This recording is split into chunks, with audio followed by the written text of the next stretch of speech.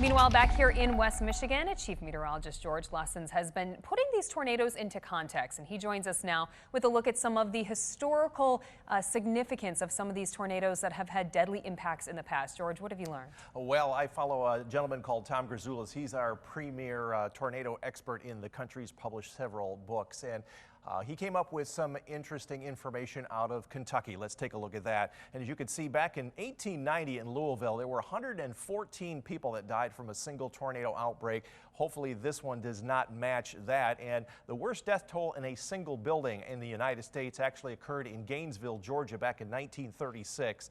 70 in the plant there at a pants factory. That is an estimate because they had the doors locked with that storm coming through. The building caught fire and burned to the ground. So there were only estimates of about 70 people. Here in West Michigan, things a lot calmer, although it still was a very breezy day. Big waves over along the lakeshore. Bill capturing this and sharing with me from Duck Lake State Park. Thank you for sharing that positive news here today. A few high clouds that will thin out later on tonight. We've got lots of sunshine expected here tomorrow. Just a hint of some high clouds around. It will not be a cloudy day, but it will certainly be warmer.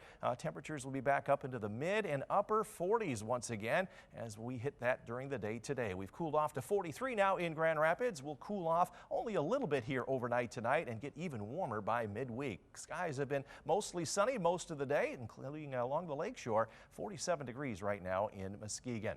Tonight we will see temperatures fall back into the mid and upper 30s. It will still be breezy at the lakeshore under clear skies. Clear skies tonight up north, low to mid 30s there. And here in the greater Grand Rapids area, we're looking at low and mid 30s for overnight lows. And we'll take a closer look at your 10-day outlook and see whether we're going to warm up or get any snow. That's a little bit later on. Well, George, it was really nice to see some of that sun peeking through today. It was a nice change of pace, but is that going to stick around for the rest of the week? We got lots of sunshine coming up here, Elena. Yeah, beautiful sunny day today from sunrise to sunset. Nearly 100% of the possible sunshine. We'll come close to that again tomorrow. Let's take a look at the end of your day starting around 3 o'clock this afternoon. A beautiful afternoon going on. Just a hint of some high clouds coming in from the west. They're already thinning out. I see that quarter moon up there in the sky. It was a beautiful day, even though it was still a little bit breezy as predicted. I really like how the sunset looked there at 6 o'clock. Around the area, 13 WEATHERBALL is green. No change to the milder than average weather pattern foreseen in this view sponsored by Countryside Greenhouse of Allendale. Temperatures got a little warmer than we thought they would. Nonetheless, they were in the mid and upper 40s, including 49 here in Muskegon. It made 58 late last night in Chicago. We came within 3 degrees of our forecast high. I've got to update. That is actually within our target here during the day today. I didn't think it would stop at 47. We're 1.3 degrees warmer than average through the first 12 days of the month. No cold air here for the start of winter.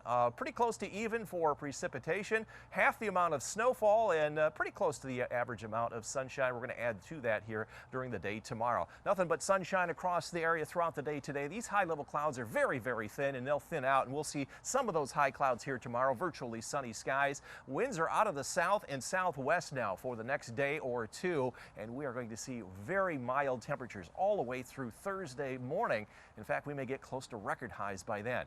The winds are going to calm down just a little bit here tonight. Lots of clear skies expected, just a few high clouds here and there. We'll see the clouds, though, thicken up here for Monday night and Tuesday, and there's going to be a little bit of light rain trying to break out here Tuesday night into Wednesday. It's not going to be anything significant, but this is another very windy and wet storm. That storm system is heading up over western Lake Superior. We're going to see strong winds again late Wednesday into early Thursday, and then skies clear on out. And we do turn colder for the second half of the week. Not a lot going on in terms of precipitation, maybe a little bit of light snow on a Saturday, but nothing of any significance, and a little bit of lake effect there Saturday night. All the way around, it's going to be very quiet this week. Any rain is all going to be very light. Watch as we accumulate that rain here during the day on Tuesday night, I should say, through Wednesday. Not a lot, just enough to wet the ground in many locations. The heaviest track of rain will be well down to our south through this next weekend. Where's all the snow here over the next week?